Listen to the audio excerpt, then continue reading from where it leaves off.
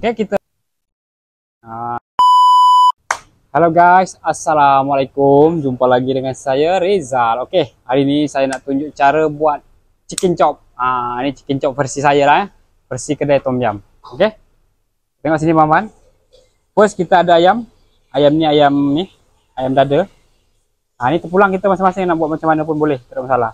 Kemudian kat sini tengok sini ada tepung roti. Kemudian tepung beristri. Bestari, okey. First kita ayam ni kita buat macam ni dulu. Kita belah jadi dua.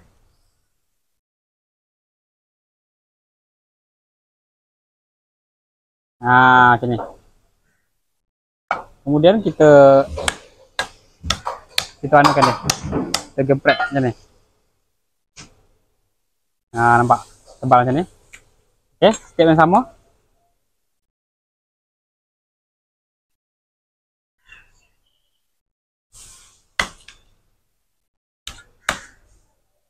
Tu. Macam ni Okey. Tepung bestari.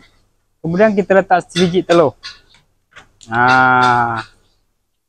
Kita letak air sedikit sikit saja, jangan terlalu banyak sangat sebab dia kita nak pekat-pekat sikit. Dia tak nak sacai sangat. Tepung bestari ni tepung bestari yang ada rasa Dia tak ada pedas. Semua perasa semua dah ada lah dalam.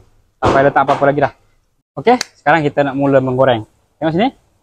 Ayam kita celup sini.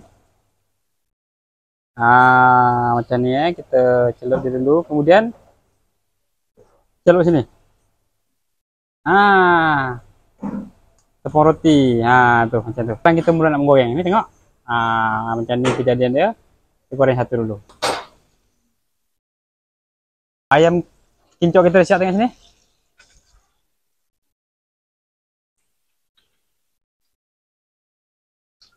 Mantap. Okey, sekarang kita toskan dia, kemudian kita goreng kentang pula sebelum goreng. Sekarang kita nak membuat sos dia. Okey, bahan-bahan untuk membuat sos tengok sini. Kita ada sini cooking cream, ada butter, kemudian ada sini demi glaze. Ni yang paling penting ni. Kemudian sos lada hitam. Dekat sini bahan-bahan untuk kita kisar, kita blend bawang holland, bawang putih, carrot, celery, batang sup. Okey. First kita nak kena ni dulu. Bawang holland kita dah radu. Kemudian carrot.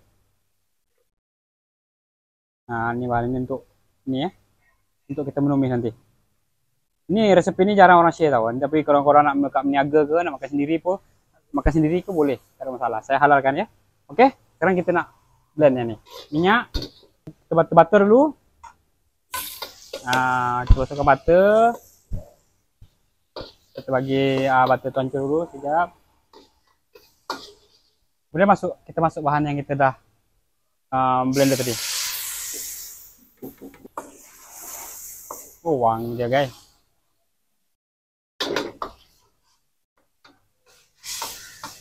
Kita nak masukkan satu paket ni sos lada hitam. Ni untuk buat kuah dia. Sekarang kita nak masukkan brown sauce ataupun demi glaze.